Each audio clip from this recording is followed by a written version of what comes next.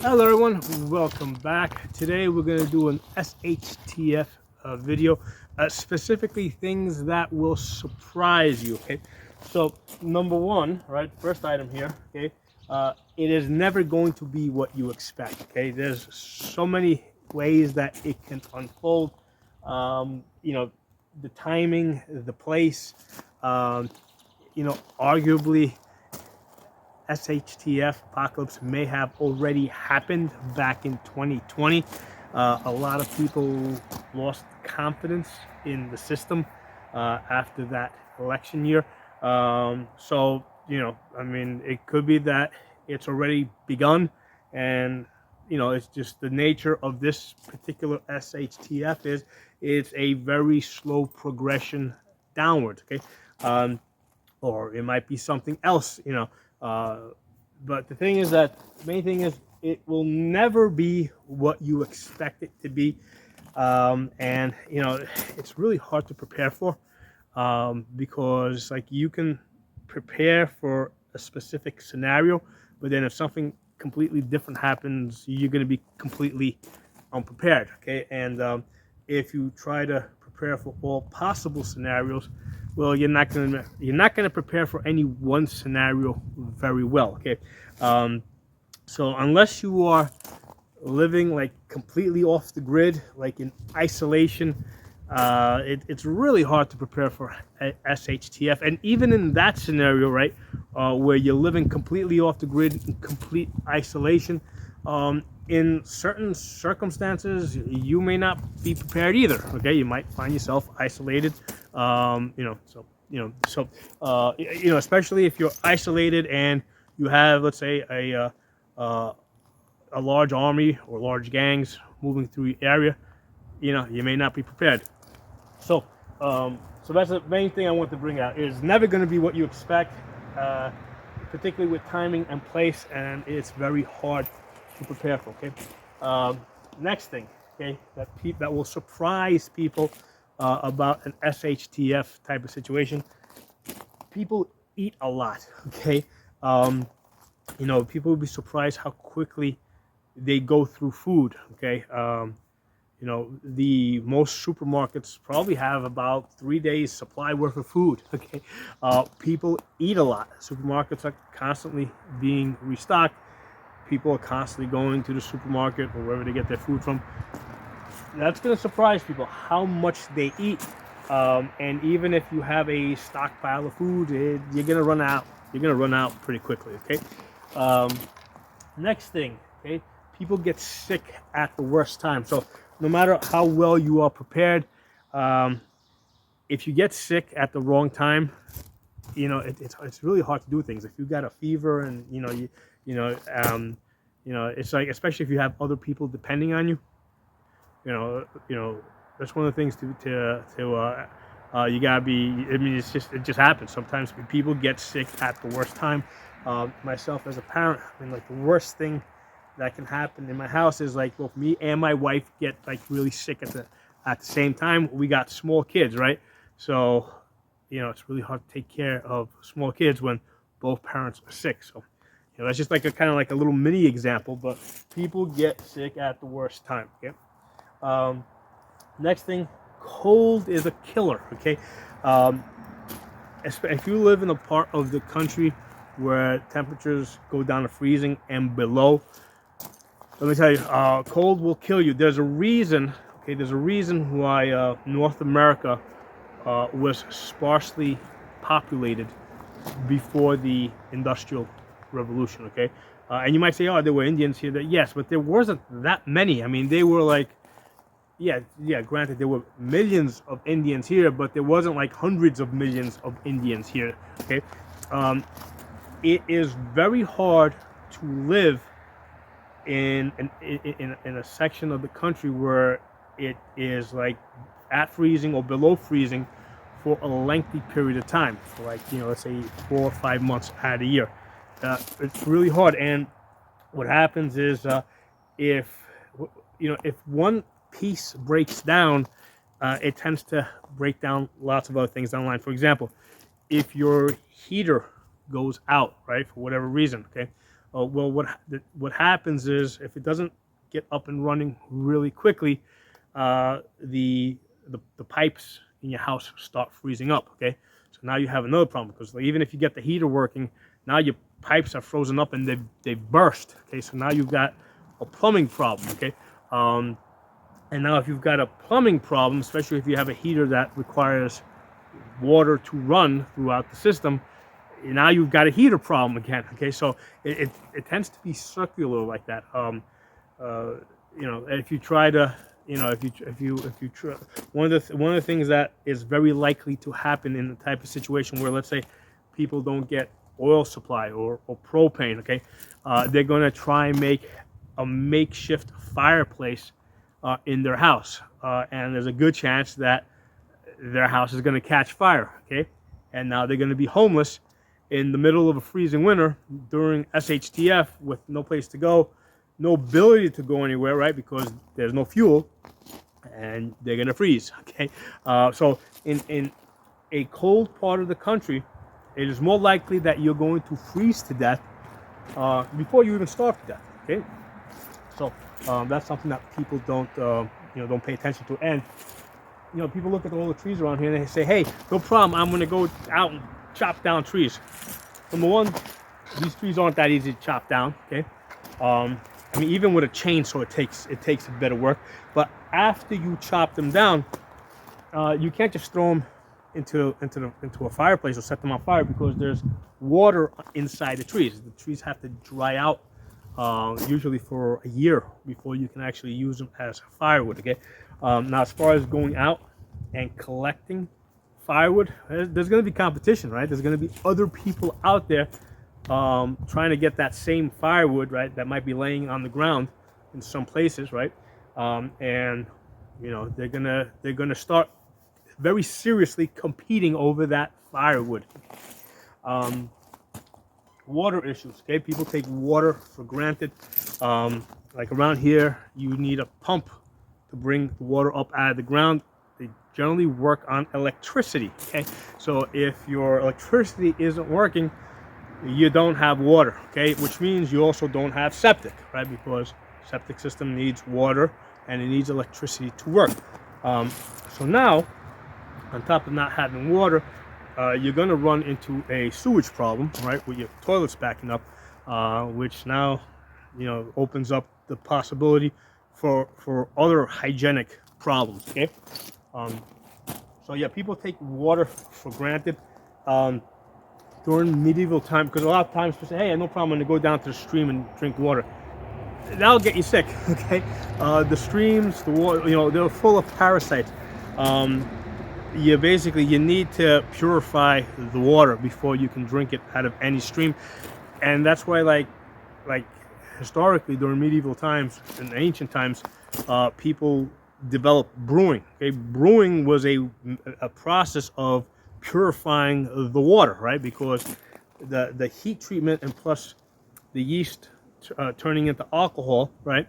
Because that's the process that they would do. They would take water, they would put, let's say, honey into it, and then they would put some yeast in it, and then the yeast would basically start breaking down the honey and convert that into alcohol. And what would happen is, as the alcohol content goes up, that would kill off the yeast. Okay, so that's how, so that's at the point where this now sterilized water was drinkable. Okay, so there's a reason why during medieval times, people basically drank spirits, lightly alcoholic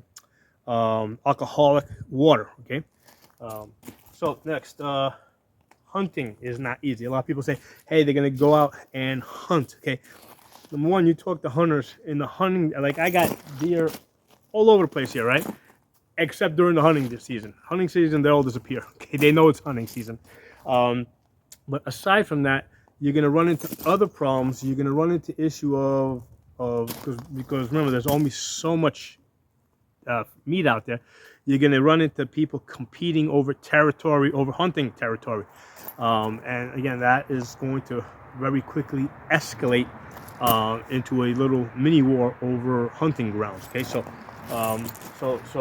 yeah, don't think that you're just going to go out there and hunt other people's lands. Okay, and if you go into public lands, they're going to be very hotly contested. Okay, even your own land might end up being very hotly contested. Okay, if you've got anything there that is edible. Okay, so hunting is not going to be as easy as you think, and you probably got a better chance of trapping small animals. Okay, but again, you got to be set up for that. You got to have some experience doing that. Okay, so again, so the main point there, hunting is not as easy as people think it is, especially people that haven't done it before. Okay? Okay. This is one of my favorites. People that say that they're gonna grow food. Okay, I got 2 tractors. Okay, I can tell you guys, growing food is not that easy. First of all, you gotta plant at the right time. The right time is in the spring. Okay, and the problem is it has to be. There's only so many good planting days because in the spring it rains a lot. So you need the ground to be dry enough in the spring, okay? You know, when it's like constantly raining, dry enough so that you can work the soil and plant, okay? And then other issue that you're gonna have is animals like to come in and eat whatever you plant, okay? And also, you also have to be able to defend that land because other people might want to come in there and get that. And here's the thing, if you're doing this for the first time, again, there's a timing issue and there's an experience issue. You're not going to have a successful crop the first time you try to do it, okay? Or even the second or third or fourth time. I've been doing this for 10 years. You know, there's a tremendous learning curve, okay? And the way it works is like once you work the dirt, you plant whatever you plant, it takes like almost the whole summer for you to figure out if you're going to have a successful crop or not. So it's like at the end of, let's say, by July, right? You can't just look at it and say, oh, okay, this isn't going very well. Let's start again. Now it's the wrong time of season. That window, that preparation window has now passed. Okay, so you know, you can't, if things don't happen when they're supposed to happen, they're not gonna happen. Okay, so that's one of the things with planting. The other thing is, people assume that, hey, they're going to be able to plant a wide variety of things, and different things need to be planted differently. You know, the ground has to be worked differently.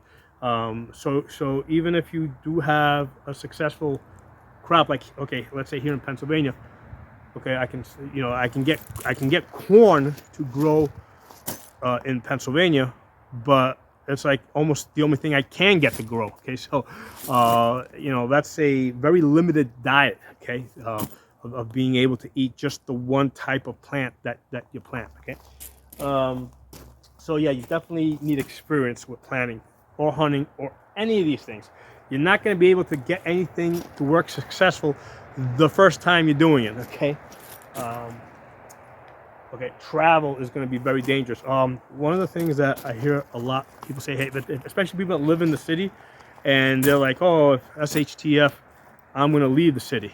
Okay, where are you going to go? Okay, anywhere you go, you are not going to be welcome. Okay, even if you have, let's say, a house already set up somewhere out in the woods, you're really not part of that society or that culture, and they're gonna see you as an outsider.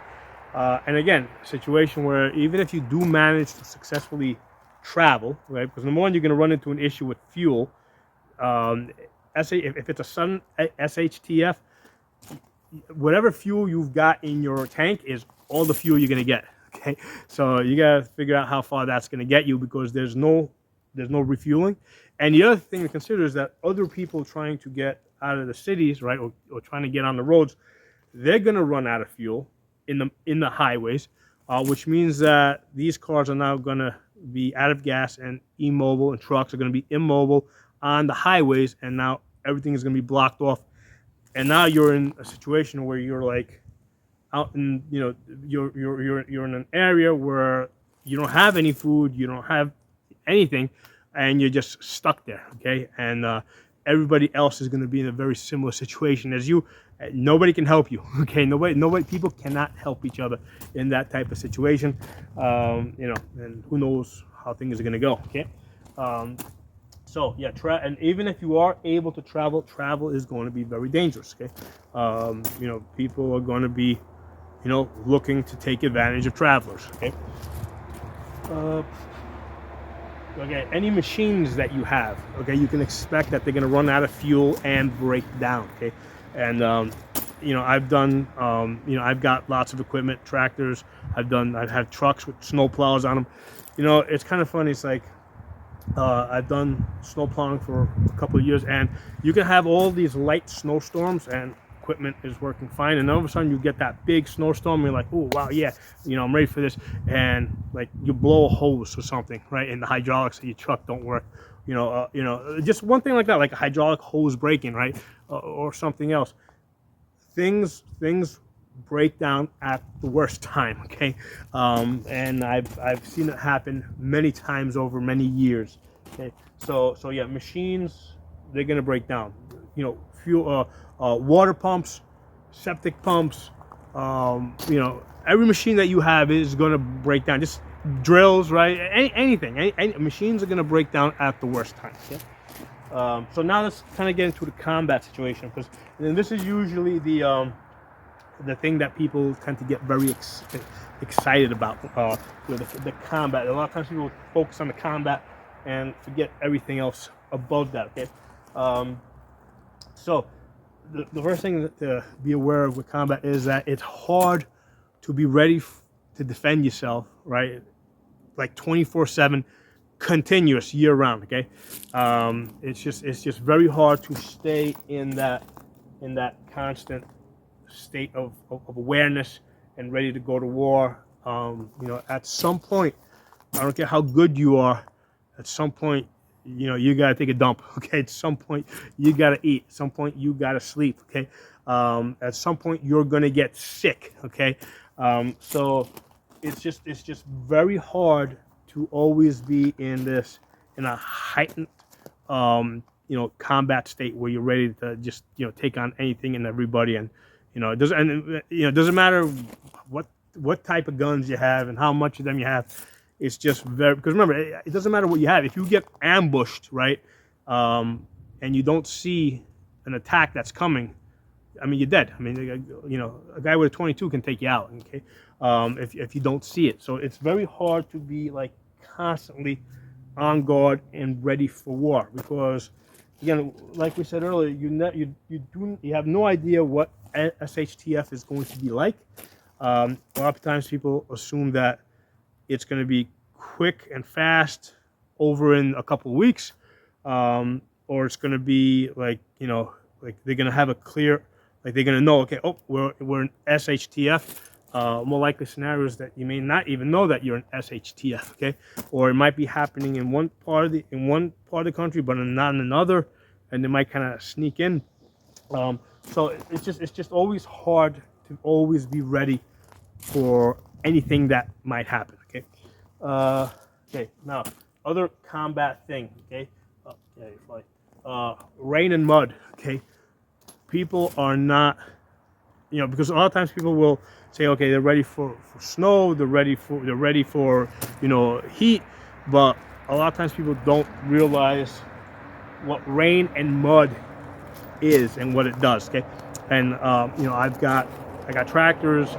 Anytime you break dirt, okay, anytime you disturb the ground and it rains, you're gonna end up with a mud pit. Okay, especially if you're in an active war zone and you've got like artillery and stuff's going on. You know, not necessarily stuff that, even if you're not directly involved, but let's say you gotta travel through that area or you live in that area. Okay, as soon as those artillery shells hit, or the roads get broken up, right, you're gonna end up in a mud pit. Okay, and you know, a lot of times people aren't aware of what it's like to function in mud, and how easily even 4x4s will get stuck in enough mud. And I got tractors that get stuck in mud, right? Because, you know, I mean, it's you would be surprised how fast your vehicle will sink all the way up to the axles in mud. Okay, so yeah, mud will always surprise people. Rain and mud will, I think, will very much surprise people. And also on the firearm side, yes, both AR-15s and AK-47s work okay through mud. Okay, but over prolonged usage, okay, I don't know. Okay, now, especially with AR-15s, yes, they can function through mud. They are kind of like self-cleaning because of the way the gas runs through the system. But in most combat situations where AR-15s have been involved recently, what usually happens is, let's say the U.S. military goes into an area, they fight, maybe there's mud there, but then they get out and they're able to get back to the base to a more, to a dry environment and clean their guns. Okay, so this is now potentially like a Vietnam type of situation where you don't get to go to a dry area. Okay, you are going to be, you have to work and clean the guns in the mud. Okay, so this is a situation. This is one of the things why, one of the reasons why I've got AKs. Okay,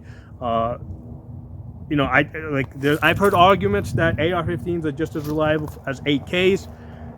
I don't know. Okay, I mean, it's one of those things where, yeah, in certain isolated tests, I see that they're reliable, but I don't know. I know that both guns will jam with enough mud in them, and it's now a question of how quickly can you get the guns cleaned in a field situation. Like, can you use a muddy puddle to clean out your AR-15?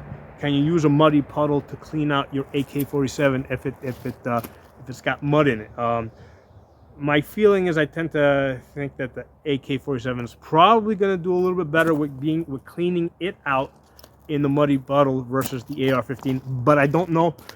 My answer to that is have both guns, available. Okay, I did a video many years ago where I said, you know what, AR-15. This is back when I was an AK guy. This is like we're going back like 8 to 10 years, and my thought back then was AR-15 will get you through the first 3 years of SHTF, and then AK-47, if you're still alive, you'll be using that 3 years after SHTF. Okay, I in the last few years I kind of backed away from that.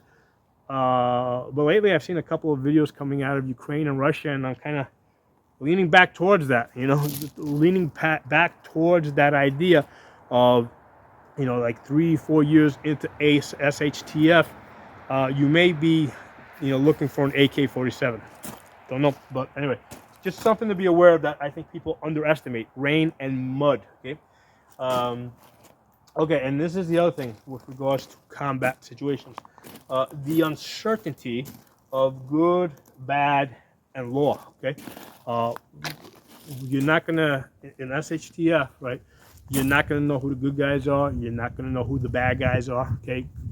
Bad guys might turn good guys may turn bad, and you're not gonna know what role the law or the legal system is playing. Like, has the law actually broken down, or like you're gonna find yourself in a situation where you think it's SHTF, normal rules don't apply, and then 2 weeks later you find out, hey, it wasn't quite as crazy as you thought it was, and you find yourself being arrested and being run through the court system. Okay, so that's one of the things to be, just to kind of.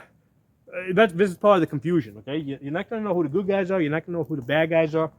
And you're not going to know if the law is still in effect, right? If you see a cop, banging on your door, okay? Is he a good guy, or is he there, or is he somebody dressed up as a cop? Or is he a real cop that's just not gone bad and he's just looking for supplies so he can take care of his family or his, So you're going to run into that type of situation in some SHTF scenarios. And for that matter, it could be soldiers as well, okay? and this, we can go back to the American Revolution, okay?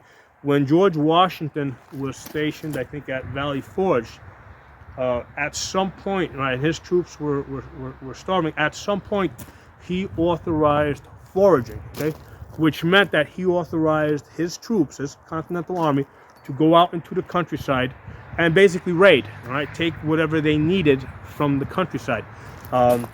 And it's a safe bet that a lot of those encounters, were not cooperative. It was probably, it's probably been lost to history, right? This type of stuff, this is the stuff that, was not beneficial to record, okay? But we do know that he authorized foraging, and there's a good, I'm willing to bet that a lot of people probably got killed as his soldiers went raiding, okay? So they were supposedly the good guys, but he authorized foraging, and I'm pretty sure people got killed. Now we also know the British were also foraging. Okay, so there's a scenario where you had both sides going into the countryside and just taking whatever they needed. Okay, so that is SHTF, or rather the uncertainty of SHTF. Okay, things that I think are going to surprise people. And like I said, the main thing is it's never going to be what you expect. And then underneath that, we have a whole list of uncertainties. Okay, so drop some comments below. Let me know what you guys think. I'll talk to you soon.